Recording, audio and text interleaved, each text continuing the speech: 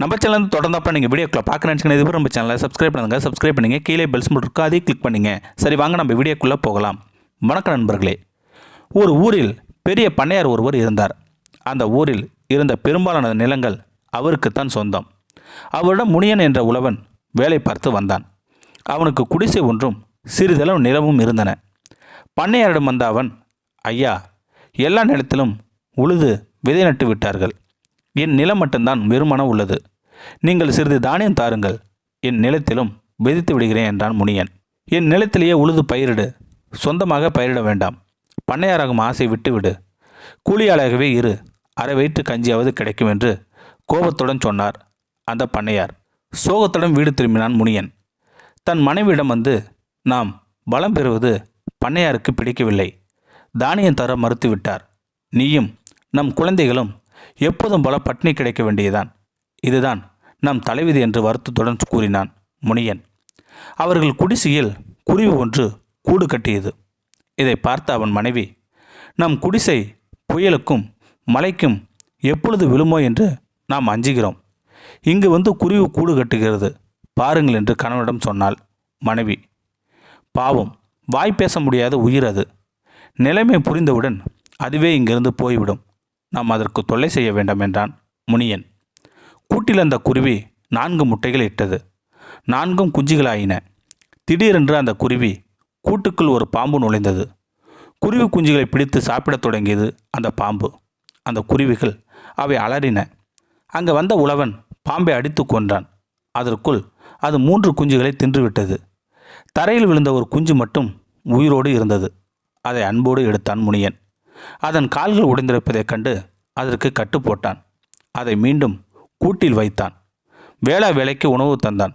சில நாட்களில் அந்த குருவியின் கால்கள் சரியாயின. அங்கிருந்து அது பறந்து சென்றது. உழவன் குடும்பத்தினரும் வறுமையில் வாடினான். இப்படியே அரைவயிற்று சாப்பாடு எவ்வளவு காலம் வாழ்வது? நமக்கு விடுவே கிடையாதா என்றாள் மனைவி.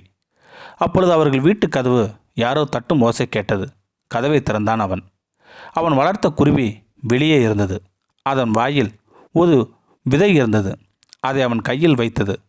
இதை உன் வீட்டு தோட்டத்தில் நடு, சிறிது நேரத்தில் வருகிறேன் என்று சொல்லிவிட்டு பறந்தது அந்த குருவி. மீண்டும் வந்தது. அது இன்னொரு விதையும் தந்தது. இதை உன் வீட்டு முன்புறத்தில் நடு என்று சொல்லிவிட்டு பறந்து சென்றது. 3ஆம் முறையாக வந்த அந்த குருவி இன்னொரு விதையும் தந்தது. இதை ஜன்னல் ஓரம் நடு, என் மீது காட்டிய அன்பிற்கு நன்றி என்று சொல்லிவிட்டு பறந்து சென்றது அந்த குருவி. சொன்னபடியே 3 விதைகளும் நட்டான் முனியன். மறுநாள் காலையில் அங்கே 3 பெரிய பூசணிக்காய் காய்த்திருந்தன. இதை பார்த்து வியப்படைந்தான் அந்த முனியன். தோட்டத்தில் இருந்த பூசணிக்காய் வீட்டுக்குள் கொண்டு வந்தான். அதை 2 துண்டாக வெட்டினான் முனியன். என்ன வியப்பு! அதனுள் இருந்த விதவிதமான உணவுப் பொருட்கள் வந்தன. சுவையான அவற்றை எல்லோரும் மகிழ்ச்சியாக உண்டனர். மீண்டும் அந்த பூசணிக்காய் ஒன்று சேர்த்தான் முனியன். பழையபடி அது முழு பூசணிக்காய் ஆனது. மகிழ்ச்சி அடைந்தான் முனியன். இது மந்திர பூசணிக்காய். நமக்கு உணவு தேவைப்படும் போது பிளந்தால் உணவு கிடைக்கும். மீண்டும் சேர்த்து விட்டால் பழையபடி ஆகிவிடும். இனி நமக்கு உணவு பஞ்சமே இல்லை என்றான் முனியன். வீட்டின் முன்புறத்தில் ஒரு பூசணிக்காய் உள்ளது, அதை கொண்டு வாருங்கள். அதற்குள் என்ன இருக்கிறது என்று பார்த்து விடலாம் என்றாள் மனைவி. அந்த பெரிய பூசணிக்காய் உருட்டி கொண்டு வந்தான் முனியன். கத்தியால் அதை வெட்டினான். உள்ளிருந்த அழகான ஆடைகள், விலை உயர்ந்த மணிகள் கொட்டின. ஜன்னலோரம் இருந்த 3வது பூசணிக்காயும் கொண்டு வந்து வெட்டினான். அதற்குள் இருந்தது பொற்காசுகள் கொட்டின.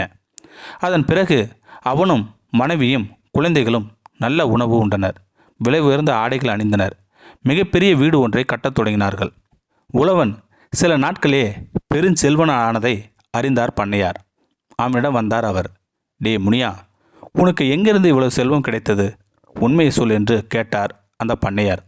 அவனும் நடந்தது எல்லாம் அப்படியே சொன்னான். தன் மாளிகைக்கு வந்தார் அவர். எப்படியாவது பெரும் செல்வம் சேர்க்க வேண்டும் என்று நினைத்தார் அந்த பண்ணையார். வீட்டின் மேல் பகுதியில் குருவி கூடை ஒன்றை அவரே செய்தார். குருவிகள் அதில் வந்து தங்கும் என்று அவரும் எதிர்பார்த்தார் அந்த பண்ணையார். அவர் எண்ணம் ஈடேறியது. ஒரு குருவி வந்து அந்த கூட்டில் தங்கியது. 4 முட்டைகளை இட்டது. 4 குஞ்சுகளும் வெளியே வந்தன. பாம்பு வரவே இல்லை. பொறுமை இழந்த அந்த பண்ணையார் பெரிய கம்புடன் குருவி கூட்டை நொறுக்கினார். 3 குஞ்சுகளை அடித்து கொன்றார். ஒன்றன் கால்கள் உடைத்து கீழே எறிந்தார். பிறகு கால் உடைந்த குருவிடம் அன்பு காட்டுவது போல் நடித்தார் அந்த பண்ணையார். வேலை தவறாமல் உணவளித்தார். கால் சரியான அந்த குருவி கூட்டை விட்டு பறந்து போனது. 3 விதைகளுடன் குருவி மீண்டும் வரும். அரசனை விட செல்வன் ஆவேன் என்ற எண்ணத்தில் காத்திருந்தார் அந்த பண்ணையார். அவர் எதிர்பார்த்தபடியே கதவை தட்டியது குருவி. அவரிடம் 3 விதைகளை தந்தது. ஒன்றை வீட்டின் பின்புறம் நடு, 2வதை வீட்டின் முன்புறம் நடு, 3வதை கிணற்றோரம் நடு என்று சொல்லிவிட்டு பறந்து சென்றது அந்த குருவி. என்ன நிறைவேறியது என்று மகிழ்ந்தார் அந்த பண்ணையார். 3 தானியங்களை நட்டார். மறுநாளே 3 பெரிய பூசணிக்காய்களை காய்த்திருந்தன. தோட்டத்தில் இருந்த பூசணிக்காயை வீட்டுக்குள் கொண்டு வந்தார் அந்த பண்ணையார். அதை வெட்டினார். அதற்குள் இருந்த எண்ணற்ற பூச்சிகள் வெளியே வந்தன. அவர் வயலில் விளைந்திருந்த பயிர்களை எல்லாம் ஒரு நொடிக்குள் தின்றுவிட்டு மறைந்தன அந்த பூச்சிகள். வாயிலும் வயிற்றிலும் அடித்து கொண்டார் அவர். முன்புறத்தில் இருந்த 2வது பூசணிக்காயை வெட்டினார். அதற்குள் இருந்த தீ வெளிப்பட்டது. அது அவரையும் அந்த மாளிகையும் ஒரு நொடிக்குள் சாம்பலாக்கியது. கொடிய பண்ணையாரும் ஒளிந்தார் என்று ஊர் மக்களே மகிழ்ந்து வெள்ளத்தில் ஆழ்ந்தனர். 3வது பூசணிக்காயை உடைக்க யாரும் முன்வரவே இல்லை.